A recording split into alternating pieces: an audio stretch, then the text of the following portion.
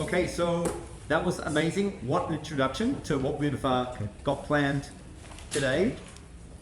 And I will be nothing like that. And we will not be talking about things like that. So that is the context though.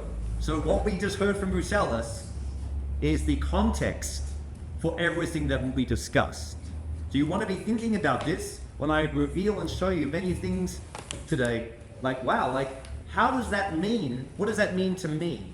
Like going deep, as Brucelis was saying, going deep into what money means to you. So this one slide kind of sums up everything I've got to show you. Normal isn't coming back. A revolution is. A revolution is. But what kind of revolution? This is for you to contemplate. You want to dwell upon this as we go through all this material. Is it an outer revolution? Quite likely. How about an inner revolution? Do you think you need an inner revolution to go through what Brucelis just said? Absolutely. Also, we have our friends remotely. So Zoom meetings, really, they're just like a modern day seance, right? Everything's magic. But no, we can't talk like that. So really, it's is somebody there? You want to join us? Hopefully you can hear us. So yeah, we've got our friends, as Brucelis was saying, they are all over the world tuning in. Even some people locally, even some people in town, they're tuning in because as you can see, the room is maxed. So a big thank you for everybody tuning in and for showing up here today. You are our dear friends, most of you anyway, and those who aren't are dear friends of those who we invited. So you are welcome because this is a very private event with very private information, as you will come to see. So yes, I am Barnaby Anderson, and this is the future of currency that we will be discussing, especially in relation to DeFi and NFTs, which will of course blow your mind. Now, they say to tell you what you're going to tell him, and then tell him, and then tell you what you told him. So here's what's happening today. So we're going to start with the introduction, which is what we're doing right now. This is the introduction.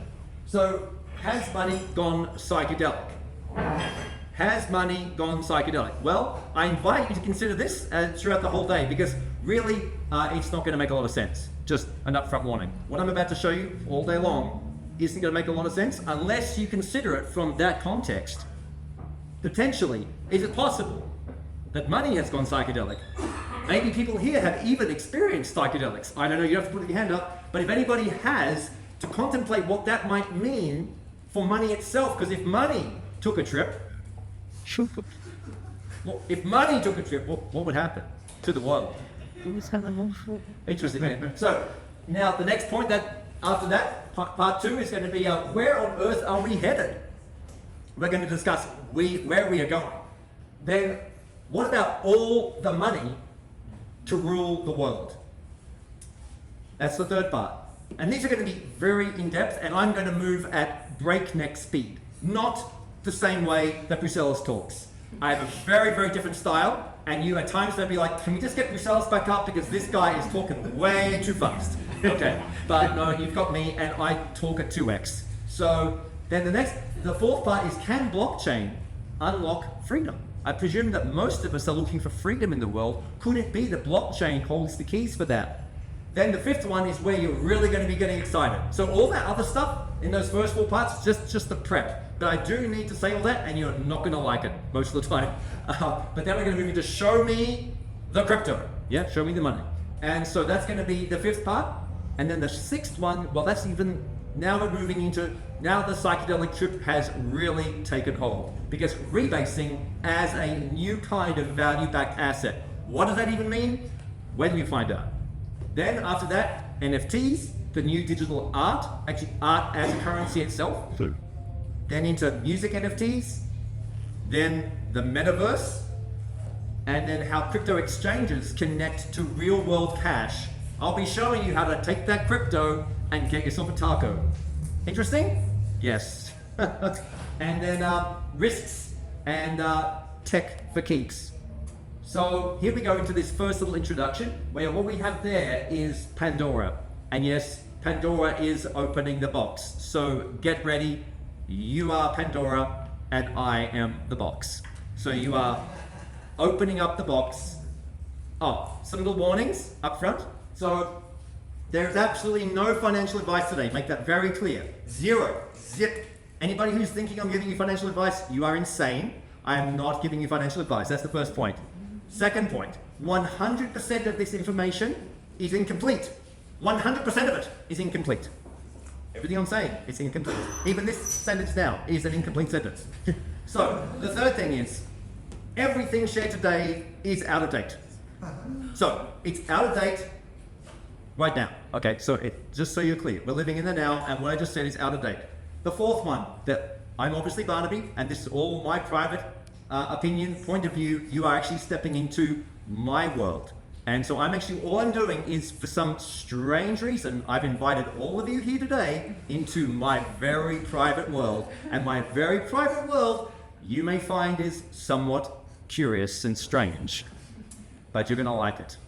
The fifth one is, I don't expect you to agree with me. So do not sit there thinking, I need to say something to Barnaby, I'm disagreeing with him. No, I already know you're disagreeing with me. Okay, so that's cool. So you don't need to say anything. In fact, I'm going to be requesting that you all are quiet. You will be quiet while I'm speaking, because you come into my world. Okay, so that's what's happening. You'll be sitting there taking notes. Yeah, you can take notes if you want to. Meanwhile, as you can see, everything's being recorded. At the end of these sessions, as you saw, there were 11 of these sessions. If people, we may have the facility for people to hand in little notes of questions, or at the very end of the day, there'll be space for questions. But basically, I won't even be able to answer all of your questions, or probably even hardly any of them. Thankfully, everything I'm saying, given it's incomplete, there is extra information online, and other people are saying all of it way better than me. Can you believe it? So then after that, that this is also clearly just for entertainment purposes, and I'm here to entertain you, and you will be entertained. And so also I've often been very wrong. So remember, not only is it incomplete, but I've often been very, very wrong. But then I've also been very, very right. So what else have I, so what have I done? Why are you listening to me today, Barnaby Anderson? Well, I've been invited to go and speak at the at Harvard Business School on cryptocurrencies. I was invited to go and speak at Stanford University. I was invited to go and speak at the World Economic Forum in Davos, where I co-put on a crypto conference there. Brussels was assisting remotely from Copenhagen in Thailand. So there I was in the Swiss Alps. And I've spoken at many, many tech conferences all over the world for about the last 20 or so years. So as you can see, I do have a bit of practice at this sort of thing. So my hourly rate, yes, I put it here at $1,111 an hour, which hopefully would mean that none of you presumably could afford me. And it's not meant to be affordable. I am not affordable. Why am I not affordable? Because my time is spent on these lower activities, these things that you listed here, that bad royalty that you heard Brussels mentioning, King of Quotes, the King of Quotes game, and crypto 10x, of which you will be hearing scattered throughout the day. Now, yes, here's some proof. That's me. That's me in the Alps there talking at Davos. You see, that's us in Australia, because clearly I'm an Australian and Brussels is clearly a Mexican, and she came out to Australia when you were still allowed to do that, and thankfully we left Australia promptly afterwards. Otherwise, we wouldn't be here with you today. So what else? That's me. We've also spent time living in the jungles over in basically, where was that? It's Shalak, south of Tulum, this magical, most magical place there. And then you can see a very strange and curious photo that I took over in that part of the world. So, okay, why do you also want to hear me? What was that last little point I made before about sometimes I'm right? Well, I'd like to think of myself as a futurist, whatever a futurist happens to be. There will be somebody who apparently has some ability to see some sort of divination qualities. So, well, in '94, this is a very swift history from me that will give you insights into why you might want to listen to some of the things I have to say today. So essentially, in '94, I got my first laptop, and instantly I realized, I was 22 at the time, I realized that I would be able to go and live anywhere in the world. I was like, wow, with this laptop, I can go and live anywhere. I was living in Sydney, Australia, and very rapidly Australia, even then, was becoming boring, which is really something. And so it was becoming boring back then, but I had this laptop, and I was working for a software engineer, and he began revealing to me things like CompuServe and various other networks. And I think because of that combination, I was like, well, one day I'll be able to go and live and work anywhere, on a beach, in India, whatever, Thailand, wherever I want to go, I can go do that. So then in 95, 1 year later, when I saw the World Wide Web for the first time, and I knew that it would change all of society. So there I was completely blown away. What actually happened was I was working in a computer hardware shop, actually, in Brisbane this time, and I went downstairs and I saw this magazine, and all over the TV, I didn't even have a TV, no, the press was this word internet. I didn't understand, what is this internet thing? So for anybody today who is struggling with some of these things I'm saying, which will no doubt be happening, please understand that I've been there so many times, just like you, always getting stuck, scared, all of these issues with tech. And there I was in February of 95, just banging my head against the wall. What does this word internet mean? I went around, I'd ask people, nobody had a clue that I met. Like, can you imagine not knowing what the word internet even was? It was a strange time back then in 95. And so I went down to my lunch break and I picked up this magazine, and there was this ad in the back of it by this group that was called Firehorse. And they said, we design websites. I'm like, what the heck is a website? What is this web thing? We design them? And so I called them up straight away on my lunch break. Hey guys, what's this whole web design thing? And they said, they're laughing away. You can hear them. You should come along to our talk tonight and we'll fill you in. I was like, whoa. So I just, my wife back then, she was pregnant. So I just said, Hannah, I'm not coming home tonight. I'm just gonna go to this talk. And so I went there and they talked all this gobbledygook, kind of like what I'm doing right now. Didn't understand much of it. And they had this ponytail and this long beard, and they looked super weedy, kind of scary, definitely sketchy, super thin, white, like kind of ghost-like. Anyway, I went up at the end and said, because I'm not a shy kind of guy, as you can see, I said, hey guys, I didn't really still understand this whole web thing. They said, oh, don't worry, come back to our place tonight. And I said, wow. And they said they lived in this sort of sketchy part of town. And I went there, and it was now midnight, and I was like a little bit concerned about, was I going to make it home safe? And I got into their house, and I've never smoked anything in my whole life. So as I opened the door, I'm coughing and spluttering already. There is thick, and not with cigarette smoke. I'm just like sort of hearing through. And also, by the way, all I've ever done up until this point is meditate. And I spent the last 30 years doing a couple of hours every single day meditating. And there I was at 23, deep in my sort of meditative, contemplative self. And here I was surrounded by all these people where I couldn't even see them because the room was so thick with smoke. But I could see the glow of the computer, and I sort of made my way through. And this guy, his name was Tony, but we all called him Tony. Hey, Tony, come over here, guys. And so I sat down beside him, and this weird sort of character. And he said, look at this screen, and I'm going to show you this web thing. I'm like, what is this? He said, like, you press some buttons, and you put. He said, see it? I said, yeah. And there was this screen with some text. He said, now anybody in the world can see that. I said, what do you mean? He said, anybody can see that. I just published it. I said, you can publish something, and anybody can check it out. I said, my brain just melted. And he said, and he pulled out a floppy disk, and he gave it to him and said, you're going to train yourself in this thing called HTML, and then you're going to come back and you're going to make websites for me. And then we're going to make money together by it. I said, whoa, this is like blowing. I was so lit up. And then the guy he worked with, his name was Dorian, who was even stranger looking than he was.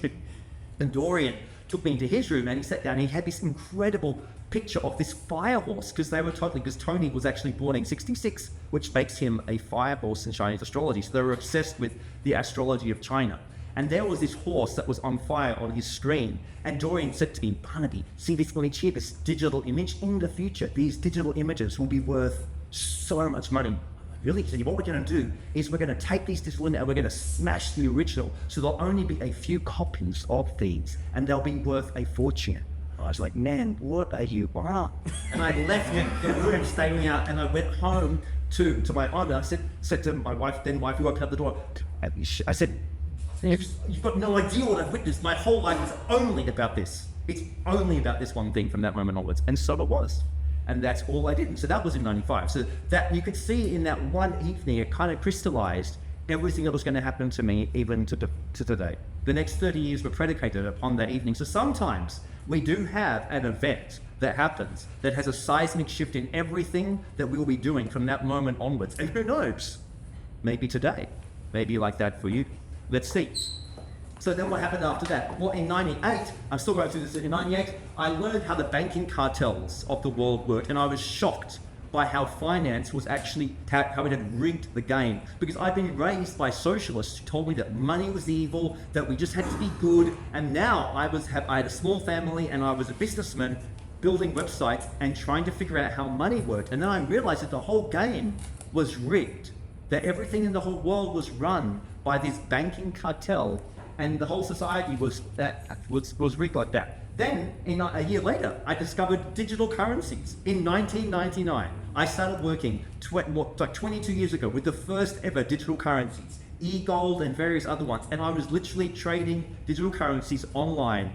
I mean, this is like so long ago, and it was not decentralized. There was the breakthroughs that have happened in the last couple of decades, they've changed so much. Back then, we were still trying to figure out how to use databases that we could share and having them on centralized servers.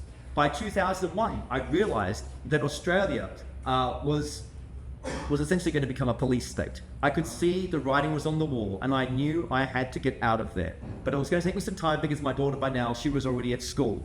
And then I knew I had to start experimenting. So I started leaving Australia every year for 1 or 2 months, and I'd go to India, where I'd like to go meditate and be in silence to sort of calm down my mind, because it would sometimes go racing into all sorts of ways of thinking. And so then by 2008, all my international travels, and I met so many people, I started speaking internationally. I'd go on tours across the US and to various other countries, teaching people technology, because I had a knack for explaining the complex and making it simple. By 2010, I sold my IT company that I've been running for 15 years up until that point.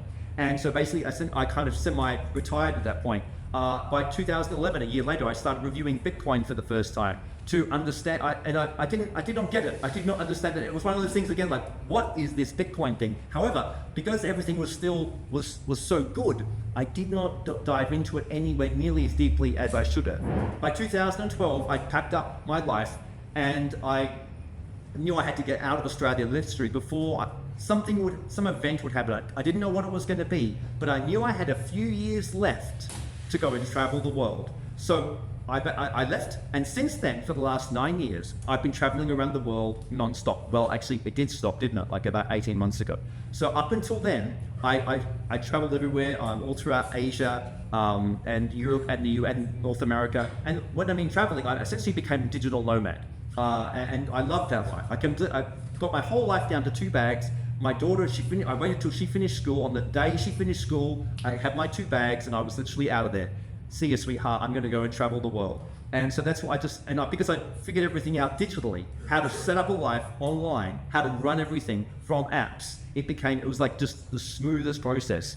By 2016, I had a new mentor who explained to me how the whole future of everything was going to be digital currencies, and that Bitcoin and understanding crypto was where it was at.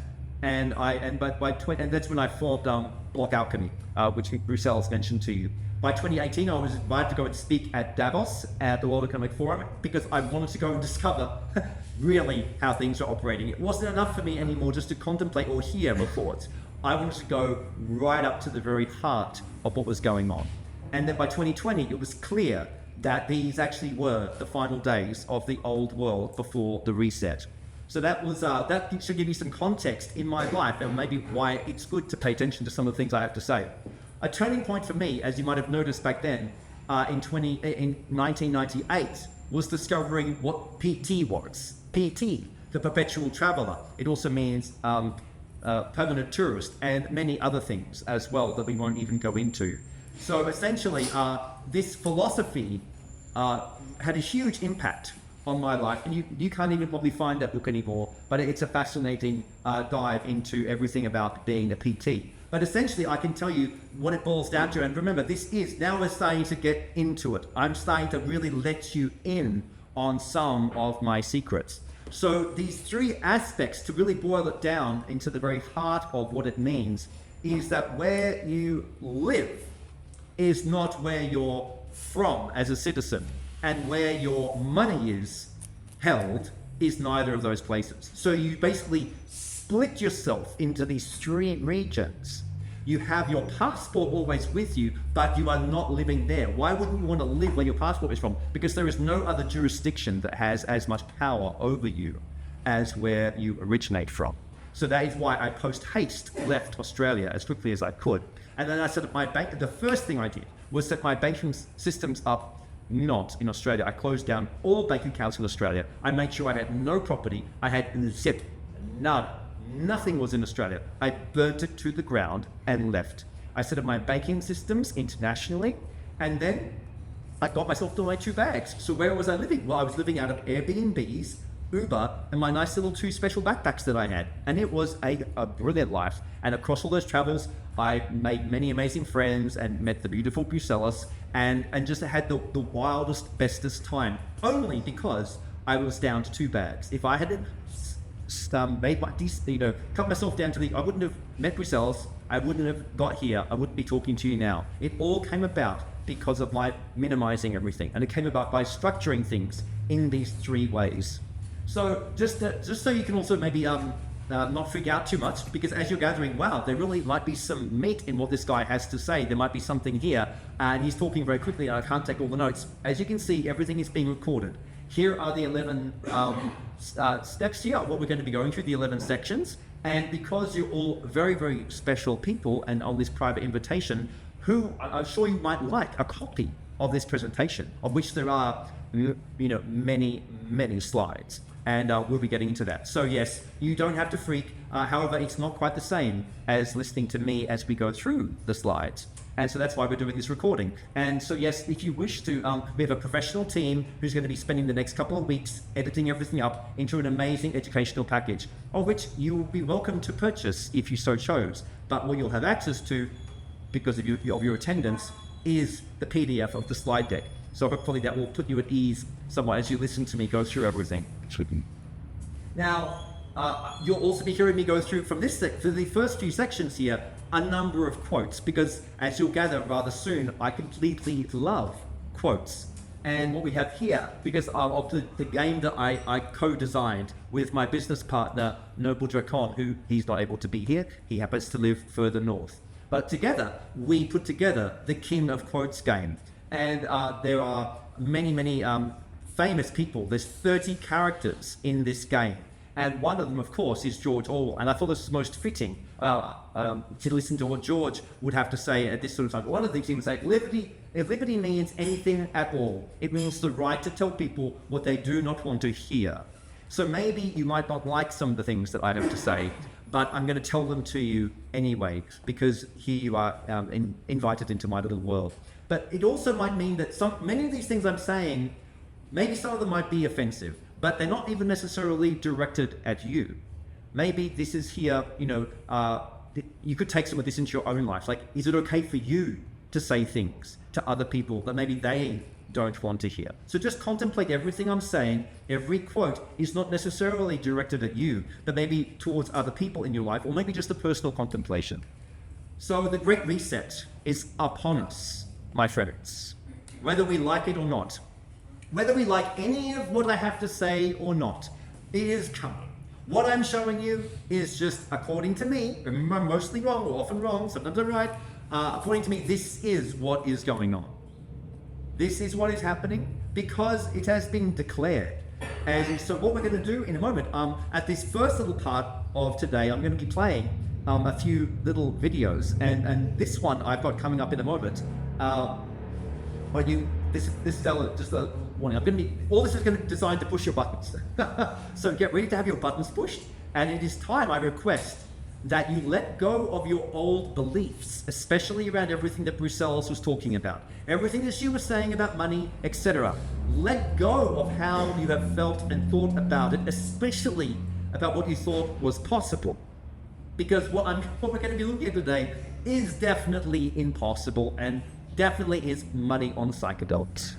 But so it's good to let go, but it's also good to understand what this Great Reset is all about. So I thought, who better to talk about the Great Reset than the people who are kind of putting it on, right? Our friends over at the World Economic Forum, headed up by, of course, Klaus Schwab.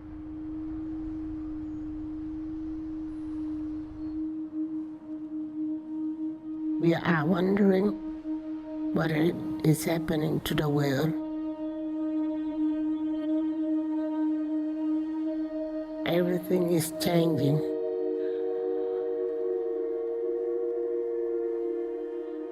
the very idea of human being some sort of natural concept is really going to change.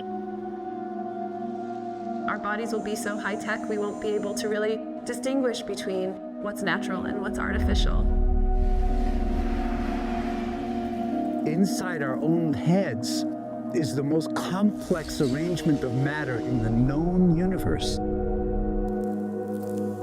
You might ask yourself, can we get to be superhumans?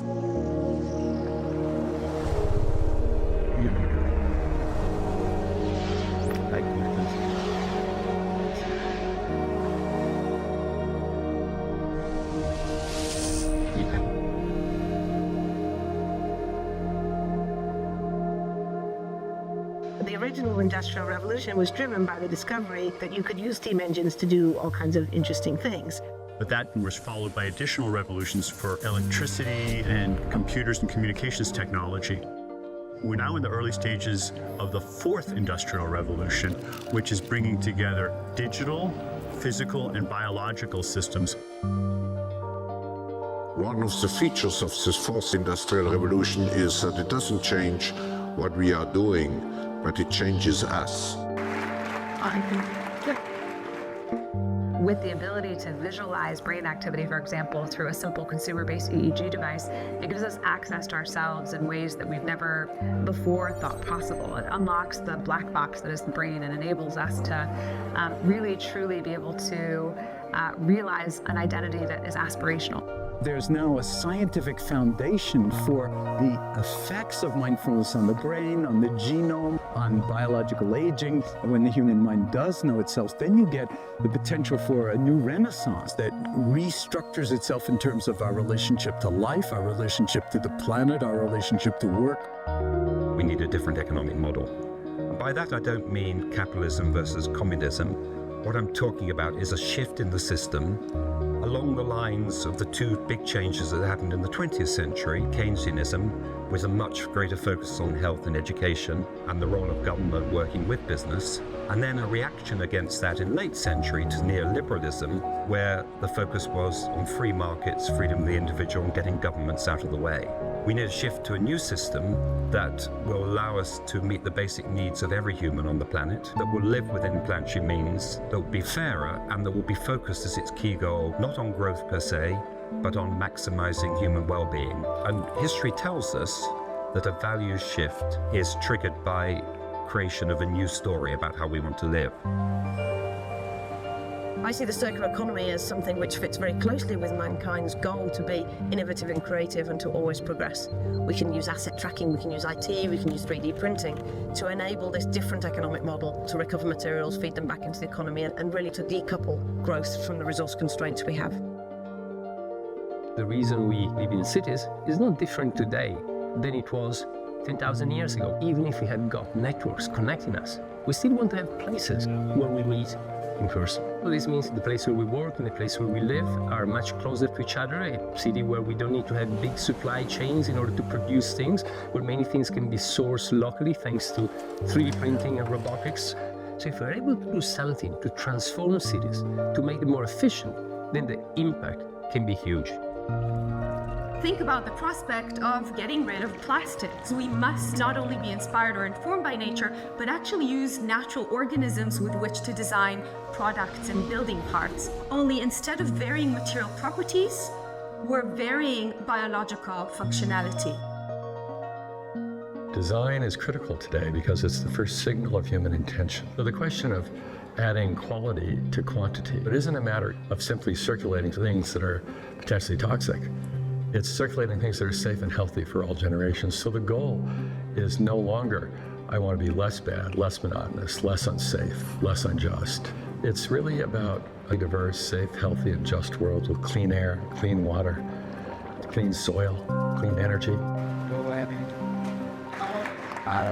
Together we're fighting to preserve our fragile climate from irreversible damage and devastation of unthinkable proportions. If we think about the original Industrial Revolution, it was an energy revolution. I like to think of it as a kind of bookending of a period in human history during which we used fossil fuels, and it worked very well for us for a long time. But now we have to bring that to an end. We have energy technologies that can power our civilization: solar, wind, biomass. So then the question is, well, how do we get grid integration? Maybe the wind is blowing in Denmark, the sun is shining in Germany, and now you can move that electricity through an integrated grid. You can supply energy to everyone who needs it, and you can supply energy at all times.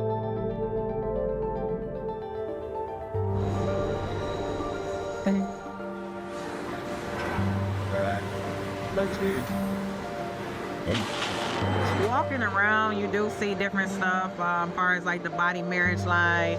They use a lot of things that help them lift up and move things to the car. You just sit there and, program something, and if it has its own set mind to go ahead and do everything. And then as humans, we just come in and take the extra steps to help the technology. It's not the cure-all for everything. There's definitely a lot of things where people perform the operation better, but certainly for the right applications, robotics are a huge improvement to the process. The prediction of 5 million jobs lost by 2020 to technology is serious, but it's not the main question. Construction, manufacturing, services, public health and education, these industries will still exist. The main question is, what will be the future of work? How will we define work? How will we share the wealth? From the viewpoint of the labor or jobs, now we really need a new education or new training. We're working with a World in Motion and First Robotics, trying to encourage students from third grade all the way up through the end of high school. We had students make sailboats, and then we had them race them, and so they could see how quickly they could move. And they immediately went back and started to say, oh, I saw what happened, I'm going to go change this or that. And that was third graders. I just given a prize to a kid of 18 years old that has discovered something really very, very unique. Came up with how to get better productivity and better yields for seeds of corn. And so he basically came with the idea that if you would perforate these seeds, you would get more food.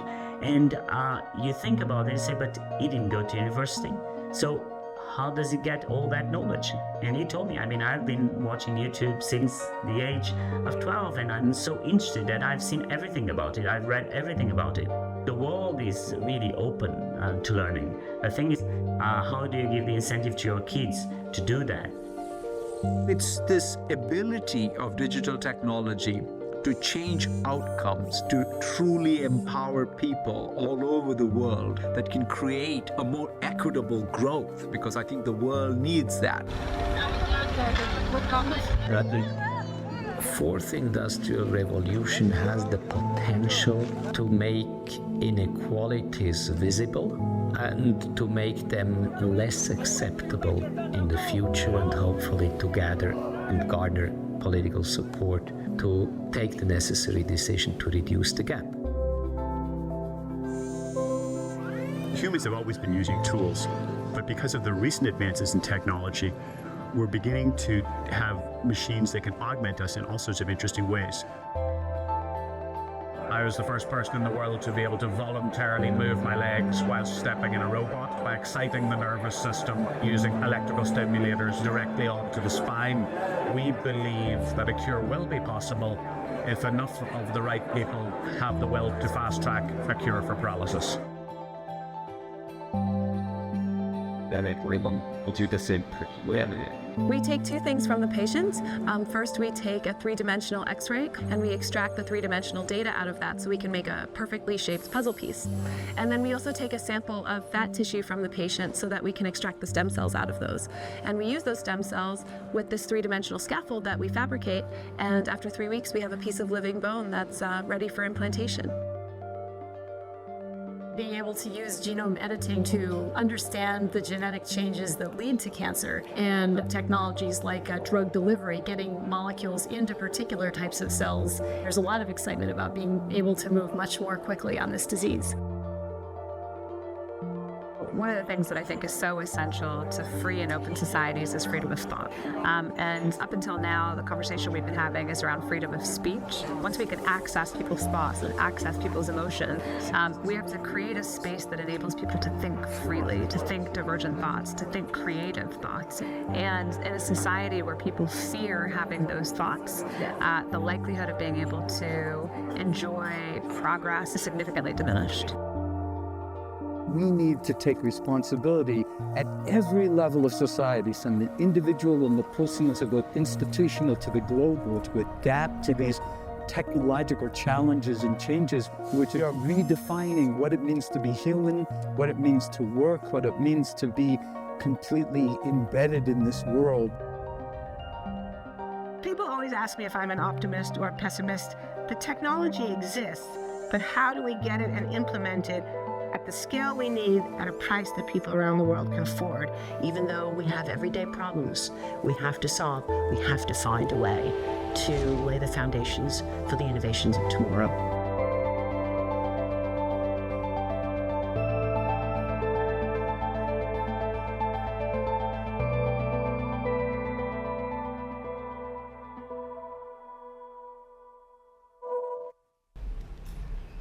Wow, hey. Well, I really hope you paid attention to some of those final things that were in that about we have the capabilities to observe human thought and feeling, and we're going to need to set up regions, zones, to enable freedom of thought. Did you catch that part? That was made in 2016. That's a 5-year-old video prior to COVID. It's really interesting to contemplate. And if I highly recommend that you go back and watch that again and just think about it all from a totally, like, they are super positive about it because, they're making this brave new world. But did you ever hear them say they're making a brave new world for everyone? And then they talk about being integrated in the environment. They talk actually about just being integrated. Sometimes they just say, we'll be fully integrated. Yeah. But they definitely leave out anything to do with who's actually in mind. Now, I also thought that that's a great quote to follow up from our guy in Kim quotes with Hannah Arendt. She's an amazing philosopher. There are no dangerous thoughts. Thinking itself is dangerous. And Stalin is famously quoted as saying, we don't give our enemies guns. Why would we let them have ideas? We see. So I wonder why they might be wanting to have the maximum oversight. You think that we have oversight at the moment? Let's see what's in store for us.